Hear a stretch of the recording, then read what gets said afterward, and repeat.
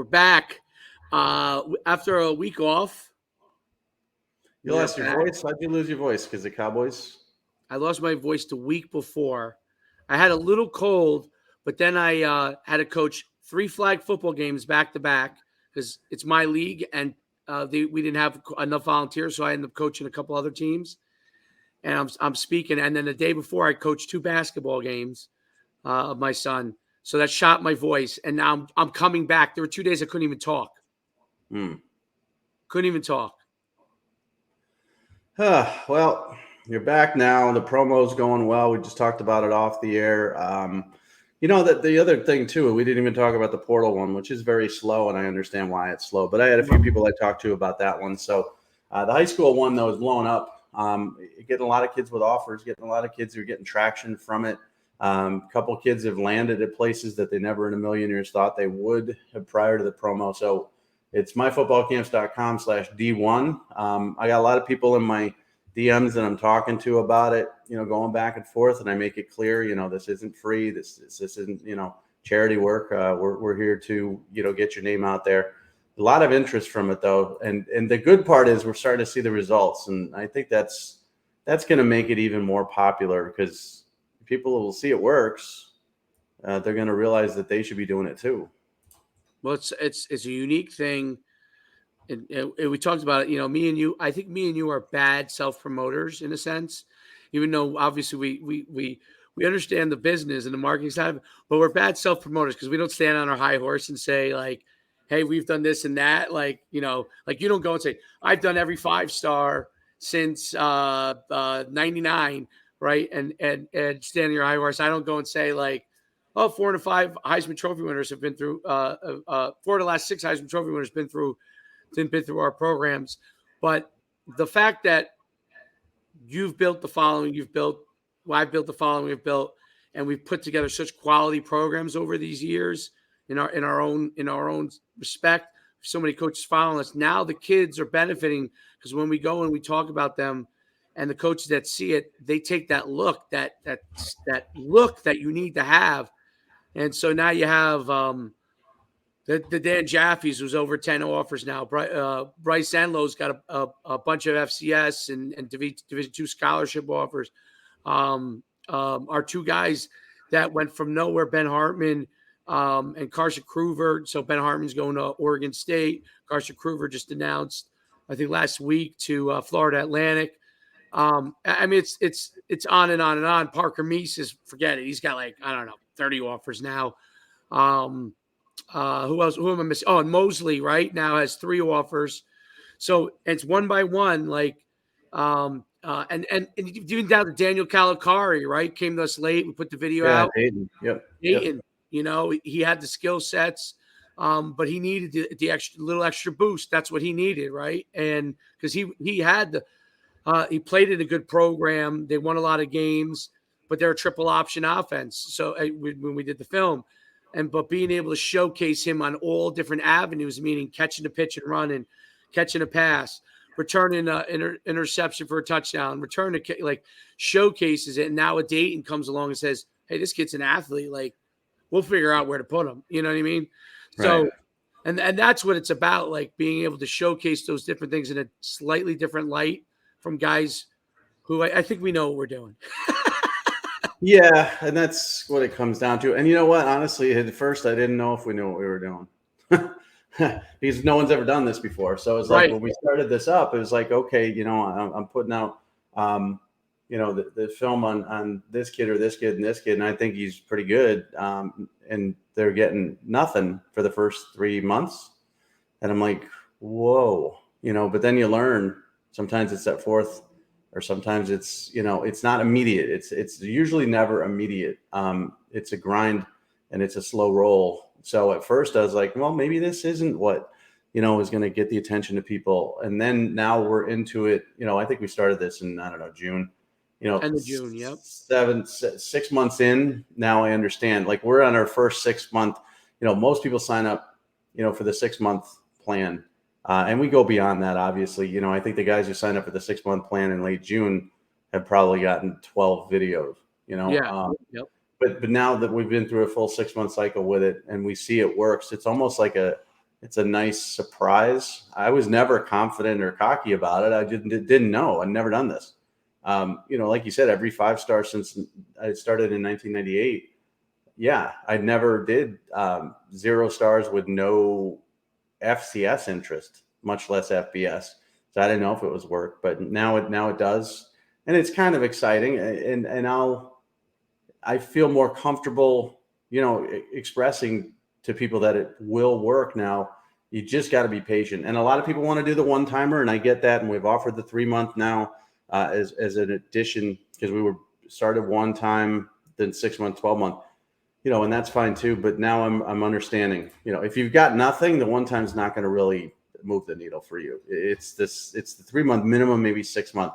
But for those guys you just talked about, not Jaffe, who had offers when he came to us, or Parker Meese, but the guys like Kruger, Calicari, Hartman, who had nothing, it takes time. And it's so that's the thing I'm going to be telling people is like, one time is great. Let's do it. That's fine. But you're going to need more and more and more. And it makes me think back to some of the one-timers we had who I thought were really good players. And they didn't sign up for anything additional other than the one time. Where have they gone? Have they had any success? So I think I'm going to double back on that just to check. I mean, it's over. A lot of those were 2023 guys. It's too late for that now. But we had some guys in the summer. I remember the tight end from Iowa. Yep. A good player. We did a one-timer on him. I can't remember his name. I have to look it up. I thought, if he were a 6-monther, would have hit. He would have hit. So there's other guys like that too that I think I got landed somewhere. But I think he was a kid that if he did a 6-monther could have really, like there's certain guys. Well, you can explain it best on this. Like when college coaches go through their process, there's so much they have to filter through, right? Like even though they have enormous staffs now, they still filter through so much film, right? And they all know the top 1% guys. So it's now, but there's still scholarships at the 1 to 2% guys, or whatever you want to call it, the 0.1 to 0.2, whatever you call it. That secondary group, there's still plenty of scholarships, but they have to filter harder, and I think that's where it comes in. I mean, and you said like, look, 3 of the 4 starting quarterbacks in this NFL, the playoffs, right? So we had Mahomes, we had Purdy, we had Hurts, and who am I missing? Joe Burrow, 3-star kid. He ended up at Ohio State, so maybe he didn't need us or anything, but he wasn't highly regarded. I mean, he was kind of, overlooked by some schools. Nebraska, he wanted to go to Nebraska. He had family ties to Nebraska. They didn't even offer him. Right. And then Purdy, well, he was I remember what Nick Saban, I posted a thing on that. Nick Saban said to him, great player, too short, not strong enough arm to be a Division I quarterback, right? So, well, he didn't say Division, but to be a quarterback at Alabama. Well, so they offered. He had a conditional offer, okay. Come throw for us. That's kind of how that works, and it.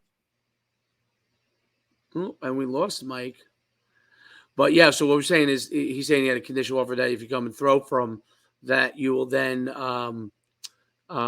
get the opportunity to possibly get a scholarship. So what's really cool is the opportunity before them. If you go to myfootballcamps.com/D1, we will be able to go ahead and book you to be able to start doing those promos for you. It's a great opportunity. I think I got Mike back here. There we go. I was messing with stuff. So, he had the conditional offer, which is, one of those things for quarterbacks. You come and throw for us and we'll see if we like you. And they didn't like him enough to give him a committable offer, and he ended up at Iowa State. And Saban's, those were things he said. I mean, you're not big enough, your arm strength is average, blah, blah, blah, which is true. I mean, all of it's true. He was lucky to land at a Power 5 program, but there are quarterbacks out there that and again, I could tell you, these kids a lot of times are given a 3-star ranking just because they end up at Power 5. We've been over the 3-star ranking thing. I know a couple kids in the 2024 class who have already committed to smaller schools like, Pitt, who don't have rankings right now, I can 100% predict their ranking. I can tell you what their ranking is going to be because I know how it works. You know, they're going to look at this. They're going to say, well, we can't do a 2 because he's a Power 5 commitment. We can't piss off our pit site. They'll complain. So we're going to give him a 3. Do we give him a mid 3, low 3, high 3? And that's kind of like nobody has time to go through all the film. The coaches don't. We don't. I didn't at Rivals. I never had time to go through all the film. So what I did is, like you said, I focused on the top 500 kids. You know, we had a Rivals 100, Rivals 250. I focused on those, and I made sure we tried to get the 5 and 4 stars the best. The 3 stars sometimes was just like a flat, I don't know, I'm going to throw a number at you, you know, as far as a star ranking. And the coaches see these videos, and it's not like, oh gosh, you know, Schuman and Farrell are the greatest evaluators on earth. Oh my gosh, these guys are saying this, that, and the other. They're intrigued by it because it's a shortcut for them. So, you know, Hartman would never, the offensive lineman who was going to Oregon State, would never come through their system ever. Right. And so they look at it.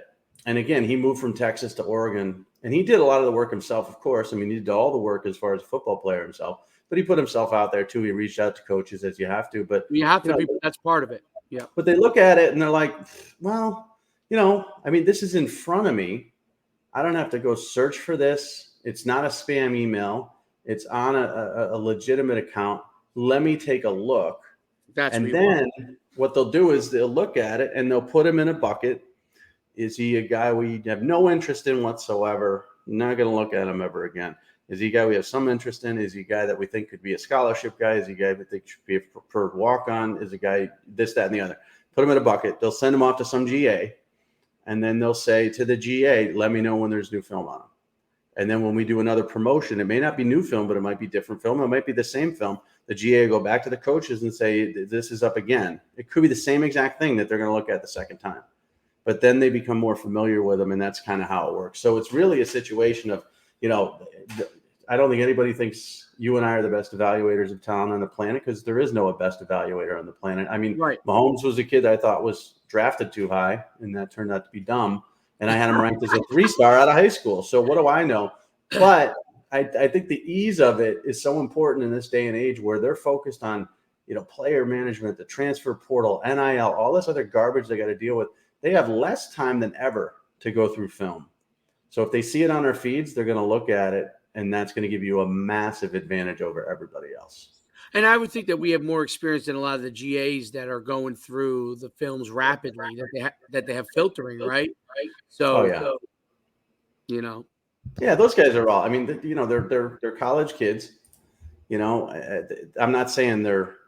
No, they might be good, but they might be bad. I mean, right. I got a couple on my staff that are, you know, GAs at specific schools, and you know, when I see them, sometimes they're right on, and sometimes they're missing something entirely. But they're 22 or 21, and they don't have the 20 plus years of experience in looking at film and stuff like that too. So.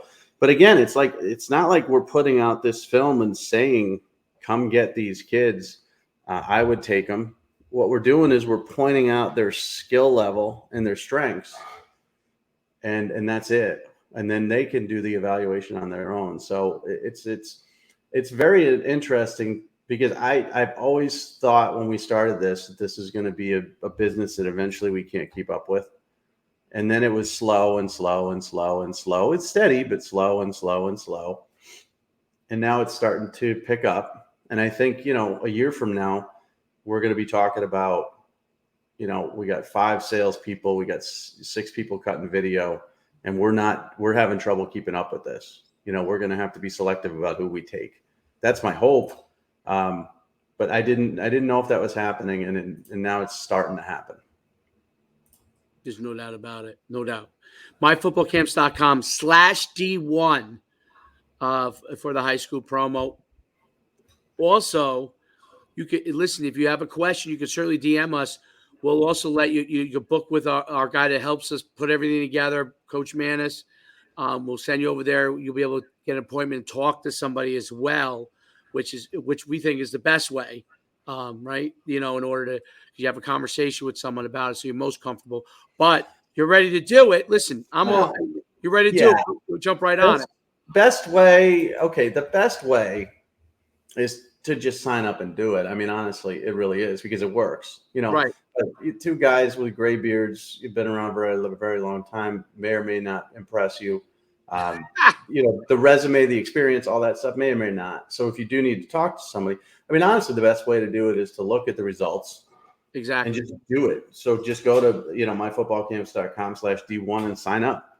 And it's no different than you talking to somebody. We're going to get that order. We're going to get your film. We're going to communicate with you. We're going to put it out there. And the funny part about it is, it's going to work. And if you're going to get more value out of it. We got BB Brown, who's the kid from, so his huddle and his Twitter said Virginia. Okay. Right. Said he was from Virginia. And he even had I think a Virginia phone number up on his Twitter. So I put out a video about 2027 DB/athlete BB Brown, who's got a chance to be very good. Yes. And I said from Virginia, and his dad, DM me and he said, well, we live in Oklahoma now. And I said, oh, okay, great. This isn't the first video we're going to do of him. We're going to do plenty on him. Obviously, he's a 3-month guy. I said, but you're going to want to correct that, because if I'm saying it, and that's what the huddle's saying, that's what the Twitter's saying, that's what people are going to think, so being from Oklahoma is certainly going to help you in some respects, because those schools that may have looked at Virginia that wouldn't recruit you because they don't really recruit that area, now find out you're in the Midlands, they're going to recruit you, and now you may hear from, some schools in Virginia that knew you were there, as a 7th grader or whatever. But that's the thing about it, is like, we're going to help you correct things as well, whether on purpose or not. Like, I didn't look at it and then research and then see he lives in Oklahoma. I didn't know he lived in Oklahoma, but I did the video, said Virginia. He pointed out in Oklahoma. Now we got it buttoned up. Now everything shows he's from Oklahoma. And now that's going to help his recruiting exponentially. And if he had not signed up for this, that Virginia might have stayed on there for 2 more years because you just don't notice it. So even that little part's going to help him. It's a great point. It's a great point because we're looking at everything to see what it is, and that's part of the process. Really cool stuff. So myfootballcamps.com/D1. I'm at Coach Schuman. Mike is at what is it? M Farrell? M Farrell Sports. M Farrell Sports. I'll put that up in a second. And then obviously, I'm sure everybody wants to talk about this, and it was great. The 2 games yesterday. Well, 1 game was a blowout because once the one quarterback got hurt, that was it. But the second game, there's much more to talk about in the second game. I feel, first of all, I felt terrible for the guy who, at first, I was like the dumbest thing I've ever seen someone do, but I felt terrible for him because the kid from Texas. He recognized so quickly. At least that's why I have great respect for him. He recognized quickly what he did, and really, I felt terrible for him. His teammates did a great job going over him. But that game as a whole, I tell you, like, I always thought, obviously, Patrick Mahomes has been a great quarterback in the NFL for a while. He does a lot of stuff the kids trying to mimic. You cannot. I try to tell kids all the time, maybe you're the one that's like Patrick Mahomes. I don't know. But if you're not, don't try to mimic it, because what he can do, he's so well coordinated. That's the best thing I could say from watching him play. His coordination as an athlete, I'm not talking about speed or anything. His coordination is so amazing, how he's able to take a ball, put it in one hand, shovel it forward. He's just like a point guard. You know what I mean? He's playing quarterback or a baseball player. He has those skill sets.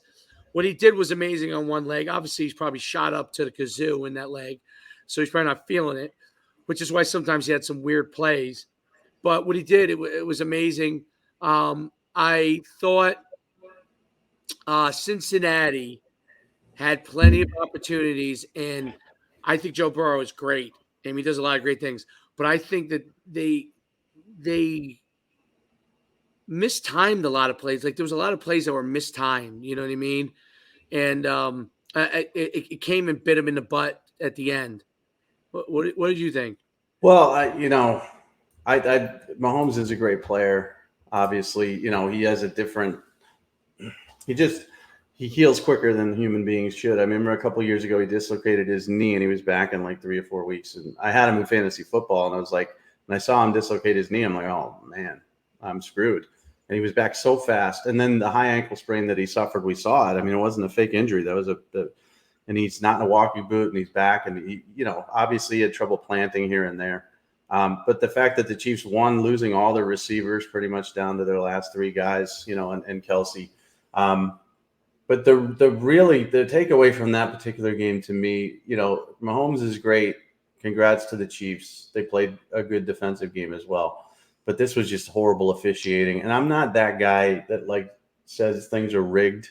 Yep. But there's a reason why hashtag NFL rigged is trending right now. Yep. And we can talk about, so I talk about less about the 49ers and Eagles game because, obviously the first Devontae Smith catch was not a catch. And the 49ers got called for some penalties that I think were really bad calls. But they just didn't have a quarterback. They weren't going to win. I mean, when you're running the ball exclusively after Johnson went down with the concussion, your entire second half is one pass. Yeah. You're not going to win. You were never going to win, and you got blown out. So there's no case for the 49ers to say we got screwed because of bad calls. There were bad calls, and they got screwed, but they were going to lose anyways. But the Bengals got screwed. I mean, that extra down was astonishing to me. It's 3rd and 9. He gets 5 yards to Kelsey. It's supposed to be 4th and 4. They get off the field, and all of a sudden it's 3rd and 9 over again because apparently some ref was trying to blow it dead because the clock was running when it shouldn't have been running or whatever. But there's nobody on the field. None of the 22 players on the field heard anything. They acted as if it was a play. None of the officials heard anything. So they go back, give him an extra down. Then they call pass interference. Yep, on Eli. Apple. Yeah. Apple, right? It might have been him. I don't remember. But or Hilton. They were killing Hilton and Apple the whole game. Yeah, so then they call pass interference. So, that's 3rd and down. They stopped him again, pass interference. And then you look at the holding calls. I mean, on that last particular run by Mahomes, where it was a dumb penalty, dumb, horrible, dumb play. And that gave him the field goal to win. But there were 2 blatant holds on that one where, the guy was tackled. The left tackle held, the right end, but the right guard tackled, the defensive tackle trying to get the punt return. So Kansas City's punt return that got him in position, the nice return at the end. There were 2 blocks in the back, 2 of them. Yeah. 2 of them. One was blatant. One was, I could see how you could miss it. But the one was 2 people literally pushed the guy down. And to Taylor's credit, he didn't complain after the game because he could have. I mean, he was playing the whole game, obviously. But after the game, he didn't. But that return does not happen. They're starting at the 30 instead, or 25, instead of at the 45. You know what I mean? So that was a huge play, and they didn't call. It was a non-call. They were calling everything, and then all of a sudden, 2 blatant blocks in the back, and they don't call it at all. Yeah, and there's so many. I mean, I'm looking at the play you're talking about right now. You see it? The 2 guys on one? Yeah. And there's another one behind the play, too. Yep, another one behind the play. You can't see. There's a different angle that you can see it, but it's really just. That's blatant, right? Yeah, it's just. I mean, it's bad. It's bad. It's bad, first of all, that, talking about the Eagles 49ers game, it's bad, first of all, that, we've added a 17th game. And expanded the playoffs over the last many years, but the 53-man roster stays the same. So you can only dress 2 quarterbacks. You could dress 3 if you want, but nobody does. So then you go into a quarterback situation where Brock Purdy gets hurt, and then Josh Johnson gets hurt, and you don't have a quarterback. I mean, Purdy comes back, but he can't throw the ball. It's at that point you're Deebo Samuel or Christian McCaffrey. But this is the playoff. This is the NFC Championship game. And you're down to nobody can throw the football on your offense because you have a 53-man roster. It should have been expanded to 60, even higher than that, maybe. When you add a 17th game, you're going to get more injuries. When you add more teams to the playoff, you're going to get more injuries. So to have a game like that really just be determined simply because there were 2 quarterbacks injured and you didn't have a third, that's bad for the NFL. Then you flip it and you go to the officiating in the Chiefs game. which looked like they were trying to give the Chiefs every opportunity to win that football game. Yep, that's what I thought. Every time, they had them, a flag came out every time. And then every time the Chiefs had the ball, no flags came out. It was just really unbelievable. And I hate, listen, I live in a world of college football fans complaining about the officiating. And as a football fan, I've complained about officiating, before, where my team got screwed, blah, blah, blah. But this isn't even like Bengals fans saying we got screwed. This is everybody in the country, NFL rigged, hashtag NFL rigged, saying that this was rigged. This was made for the Chiefs to win. And when they weren't going to win, they made them win. And that's bad for football. And I think they lost, honestly, sadly, I think they lost a lot of fans this past weekend from those two things. I'll tell you, even the last play where he kind of pushed Mahomes out of bounds, but it was really more Mahomes' momentum that threw, what I'm saying, that made it look really bad. You know what I mean? Like, he did hit him as he took one step out. He should have pulled off, and it was ridiculous they did. But his momentum he was in a full speed. He's a hard player, that guy. Asai, he goes 100 million miles an hour, and he was in a full speed sprint. And obviously, when he extended his arms, that's when it was going to happen. But he was flying so fast, I don't even know if he would have been able to stop anyway.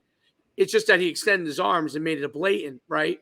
But the bottom line is, because it's a quarterback, you can't touch a quarterback. Right. If it was a running back, they wouldn't have called that. No way. Probably not. Or maybe because it was so dramatic, like it was it was a long striding run. Right. But I will tell you this. I mean, there was a play earlier in the game, in the fourth quarter, early in the fourth quarter, where the Bengals were down to the 4-yard line. They threw one in the flat too. I believe it was Mixon. He gets hit. He gets dragged out of bounds at the 2, and the defender, number 35, comes in and hits him way out of bounds. Yep, 100%. I remember that. But he's a running back, so they're not going to call that. Now, not as equally dramatic as Patrick Mahomes on one leg in front of the Kansas City fans running for his life, and then he gets pushed out of bounds. Obviously, that flag was going to happen, and obviously, Asai should have done everything in his power to avoid even coming near the guy, because it was clear that he was falling out of bounds. So do whatever you can, even to the point where I know he hurt his knee. He did. I saw that. Even to the point of hurting yourself, to just not get that penalty. It was extremely dumb. Whether it should be called or not, of course they're going to call that on a quarterback, but you also have to call that on a running back. Yep. You have to make it equal. So I just think, and I like Travis Kelce. I have a tremendous respect for Travis Kelce as a football player. I thought he was a little Bush League, in his comments after, calling the Cincinnati mayor jabroni and all this other stuff. And what is jabroni? Before we go and attack him, which I wanted to, but jabroni, I was just in a discussion about this. Is jabroni from wrestling, from The Rock, or is it from what was that? The Big Lebowski? I couldn't remember. So I know it from The Rock. I know jabroni. Right? I know it from Always Sunny in Philadelphia. Actually, that show. Is that okay? Because one of the characters on there, Mac, uses the word jabroni, and it's like a Philly thing. Which was funny because Kelce's, he's from the Midwest. He's from Indiana. He was a quarterback out of high school. Didn't play well at quarterback. Went to Cincinnati. Became a tight end.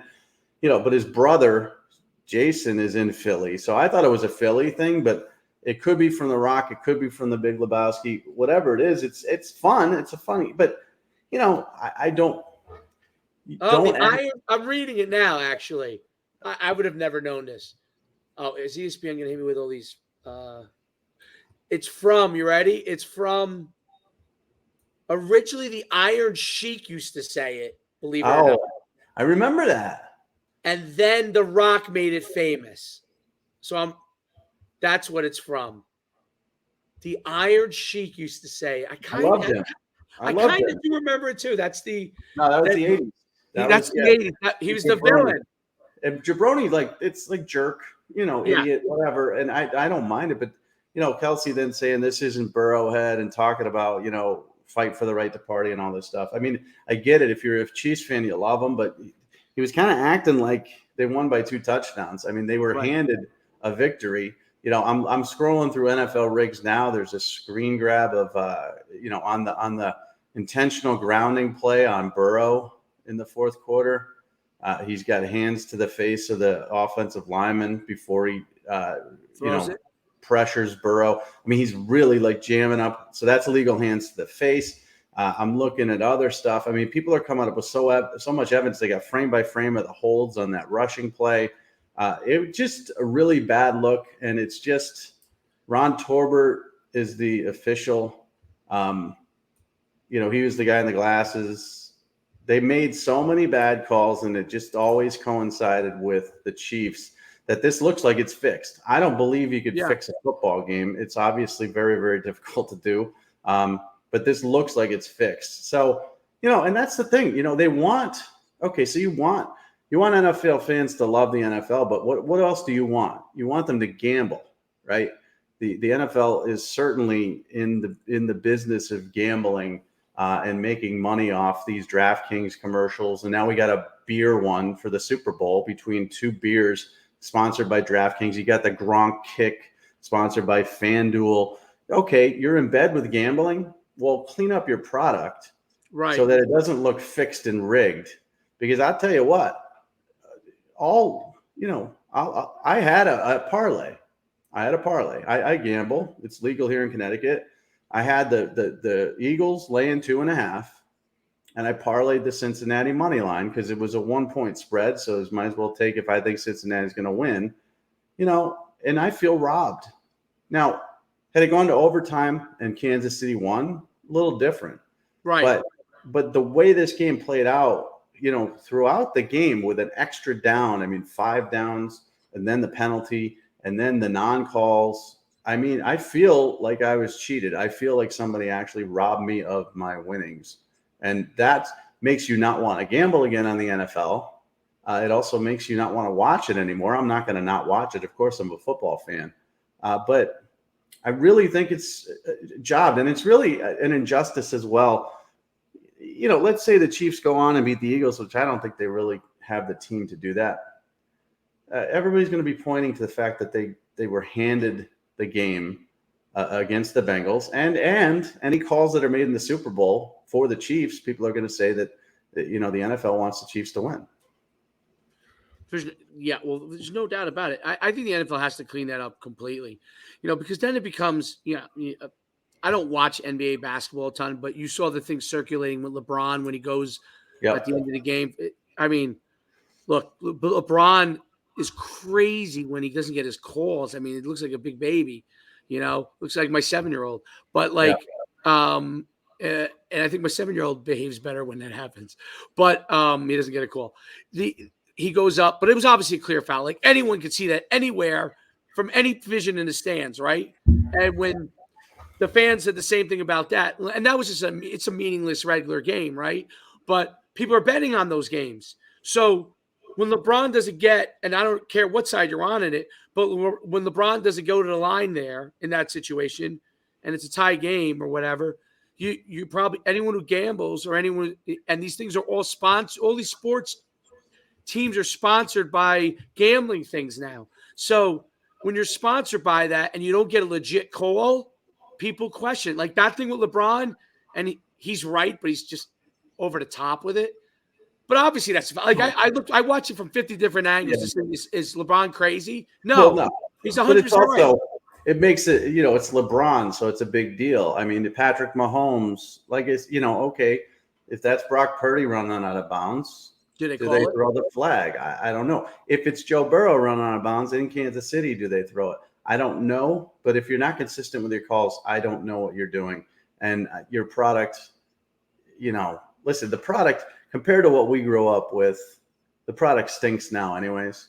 You can't do anything as a defender. You can't hit anybody. You can't knock them out over the middle. There was one play, I forget what it was. It was a great catch. I think it was Valdez-Scantling, who made an amazing adjustment in the first quarter on a ball. It was supposed to be thrown to this shoulder. He turns back, this shoulder. The safety has to let up. Now, when we grew up, Ronnie Lott would have taken that guy's head would have been in the third row, and he would not have caught the football. But you can't do that now. It's all geared towards the offense. I look at Troy Aikman's statistics, and they're just barf horrible compared to Phillip Rivers, who couldn't hold his jock as a player. Right. But it's all based on offense. It's all based on protecting everybody and protecting the quarterback especially, and it's all crap. But I mean, just because Burrow, as you know, tried to play up the roughing the passer as well in the second half, I think it was Houston came in 2 steps and put his hand on his chest and did kind of bump him. Now, Burrow fell over, exaggerated it. But if that's the case, if you can't take 2 steps and push somebody, then call that as well. And they're not doing that either. So the NFL product kind of stinks now. And this makes it even worse. But I'm never not going to watch it. I mean, the only thing I'd stop watching it, you notice the Pro Bowl has gone to flag football, which is fine. It's absurd, by the way. To me, it's absurd.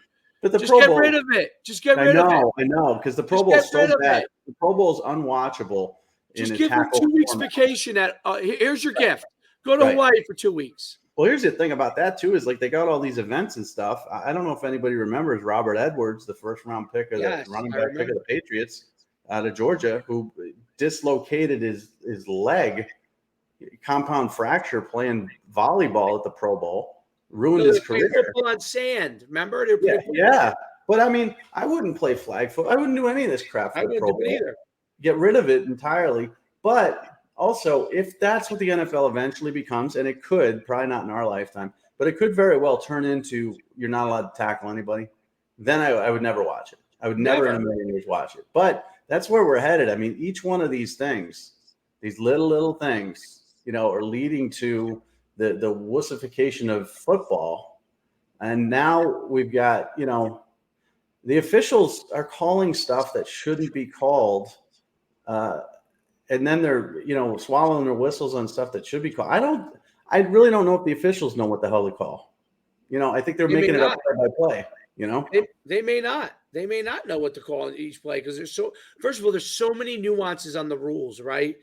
That I'll go on the other side of it. As an official, hands, because defense can't do anything, right? So hands to the face. There's a rule for everything, right? So now, if they miss something, that's definitely a penalty. They're going to be held accountable. If they don't call something, they're going to be held they're in a bad spot to begin with, I think.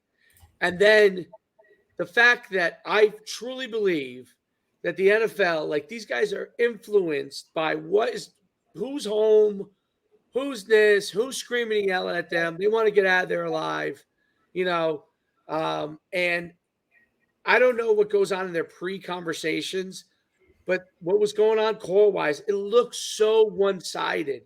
And listen, I've been to high school games where it's been we used to say there were places that we would play, and I would tell the kids before a game, this guy gets the same officials every single time. This coach, because the home team gets the officials. Same guys every single time. Unless you completely outplay them, if this is a back-and-forth game, we're not winning a back-and-forth game. So we have to outright win the game. And kids would always say to me, how do you know that it's the case? I'm like, I know the officials. I played here before. This guy is the same group of officials every single time. His AD pays them. Okay? Yep. It's not that they're trying to cheat. Okay?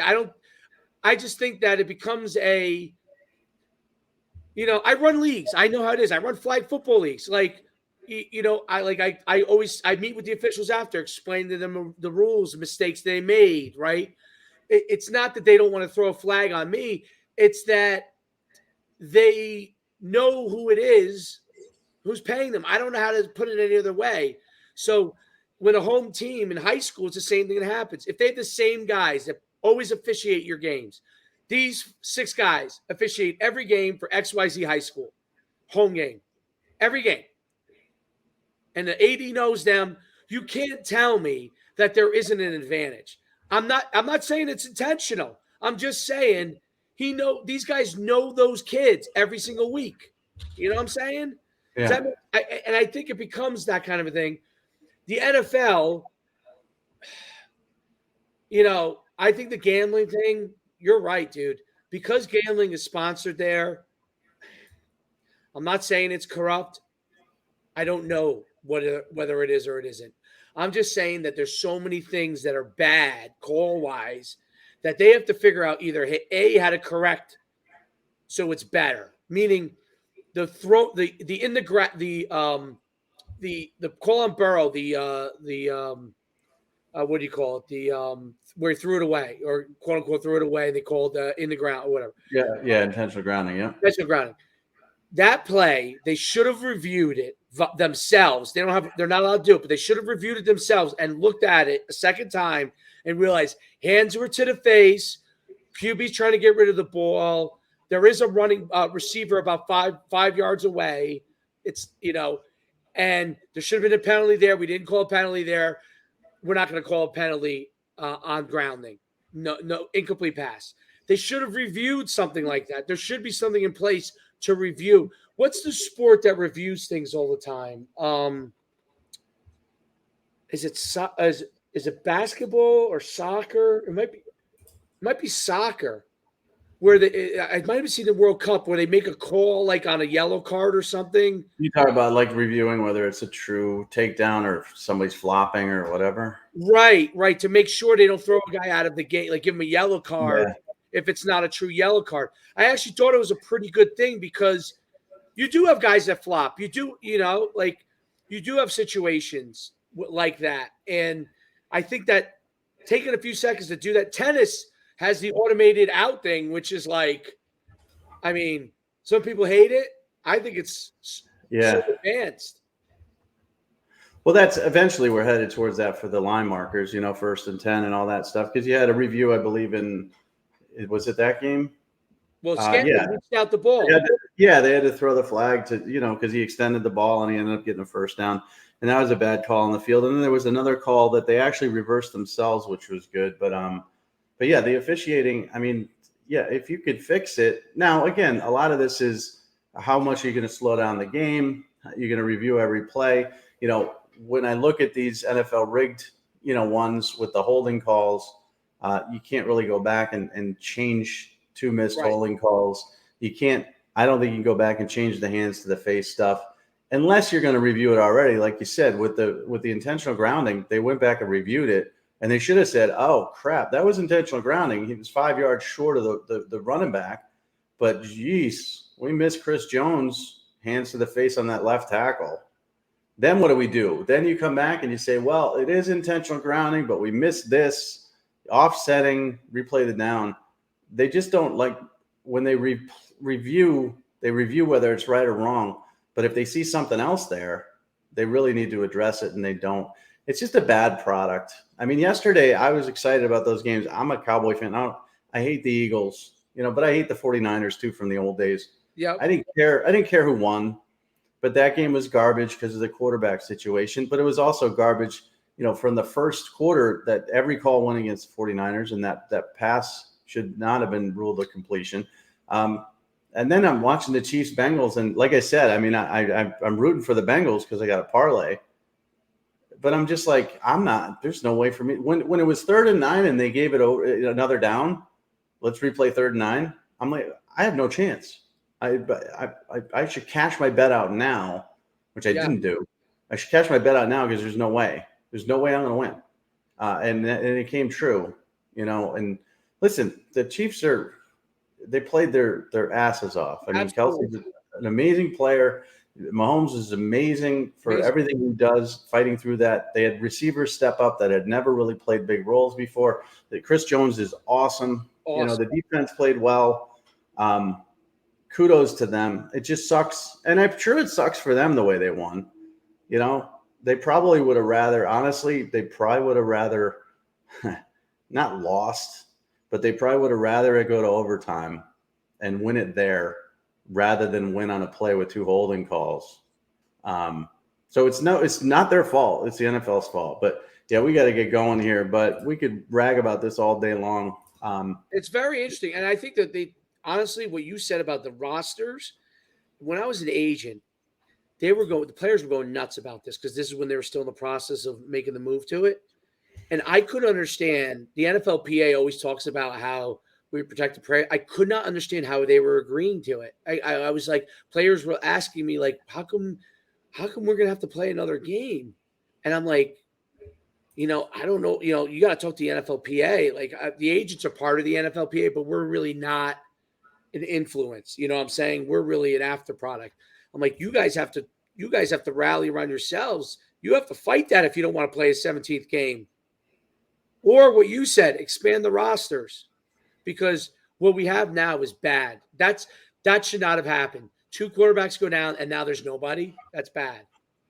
Yet to a team also that lost their first string quarterback in Garoppolo, And Trey they lost Lance. their backup Trey Lance. Then they're on their third string quarterback, Purdy. He gets hurt. Then they're on their fourth string quarterback, Johnson. They have a fifth string quarterback because obviously Garoppolo was done. Lance was done. Those guys were done for the year. There is a third string guy who's on a practice squad, but he's on a practice squad because of that. So he's not on the 53-man roster. So then as a coach, you have to figure out, okay, do I want to suit up a third quarterback or do I want that, eighth defensive back? And of course you're not going to pick the third quarterback because you hope that's not going to happen. Right. But when it does, you should have both. You should have a 60-man roster with that third quarterback, or it should be it should be required to dress three quarterbacks. I think you're going to see some rule change has to occur here because the fact that we're at the NFC Championship and these teams have fought so hard all season long, to get to this point and battle through injuries and a longer schedule just to get to the point where it's a non-competitive football game in the second half. Because of that, I think they're going to they should make it 54 and the 54th has to be a third quarterback. Right. Do something because without a quarterback, I'm sorry, nothing happens. Nothing works. You can replace any other position. You could have, two left tackles can go down. You can move a guard over there, but to throw the football, that's all you got. So I think they're going to have to do something, but it's a shame for the football fans, a shame for those teams. The night game was a shame for football fans. If I'm a Cincinnati fan, I am livid today. They're being very classy about it. I think you're going to see Zach Taylor be less classy about it as he starts to review the film.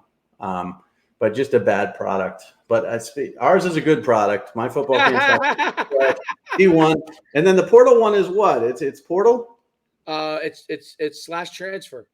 Okay, so myfootballcamps.com/transfer. I did have a couple people I spoke to that I think are going to sign up for the portal one as well. We don't have a lot of clients for that. I just checked in with Carter Lynch.